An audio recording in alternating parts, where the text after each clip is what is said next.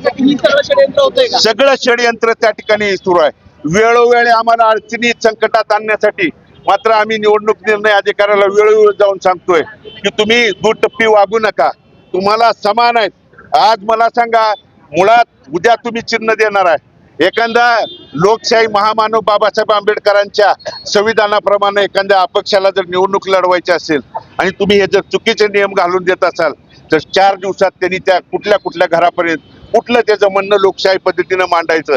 पण तरी पण आम्ही ते स्वीकारलं, तरी पण आम्ही त्याला सामोरं जायला तयार आहे. परंतु चिन्हात जर दुजाभाव करून आमच्यावरती अन्याय अत्याचार करण्याचं काम केलं तर आता आम्ही त्या ठिकाणी सहन करणार नाही. आम्हाला वेगवेगळे नियम, पहिल्यांदा 8 तारखेला जे कब्बशी चिन्ह आहे, मी तुम्हाला पुराव्यानिशी त्या ठिकाणी पत्रकार बंधूंना दाखवतो. 8 तारखेला त्यांनी सिम्बॉल मध्ये दाखवलेलं कब्बशी चिन्ह हे वेगळं आहे आणि 21 तारखेला सरकारनं वेगळा आदेश काढलाय. कालच्या 21 तारखेला, आज 25 तारीख आहे, की चिन्ह बदलून मोठं आणि वेगळं त्या ठिकाणी केलं गेलं.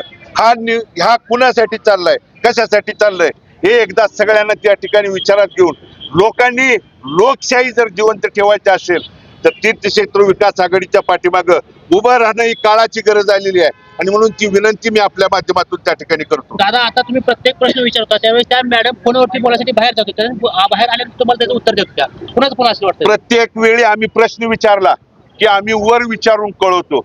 वर नेमकं बसलंय कोण हे ते त्या ठिकाणी सांगायला तयार नाहीत. आणि निवडणूक आम्ही लेखी दिलेत. पहिल्या डे 1 पासून आम्ही त्यांनी जे मागणी केलंय ते लेखी पत्र त्या ठिकाणी दिलेत. परंतु आम्हाला अजून देखील कुठल्या एका पत्राचा खुलासा त्यांनी त्या ठिकाणी दिला नाही. आणि आता सुद्धा आम्ही विचारलं की 2-2 मिनिटाला पाठीमागे जाऊन फोन लावायचा. मग आमच्या समोरच होऊ द्या ना. निवडणूक निर्णय अधिकारी हे सर्वोच्च असतात, त्यांनी कुणालाही वेगवेगळी भूमिका द्यायला नाही पाहिजे. परंतु ते त्यांच्या वागण्यातून आणि त्यांच्या आतापर्यंतच्या त्या हावभावातून त्या ठिकाणी दिसून येत आहे. मात्र आज त्याचा शेवट झालाय. आम्ही या ठिकाणी सांगतोय, उद्या जर दुजाभाव केला तर आम्ही या नगरपालिकेच्या इथून ठिय्या करून हलणार नाही. 2 तारखेपर्यंत इथंच राहू.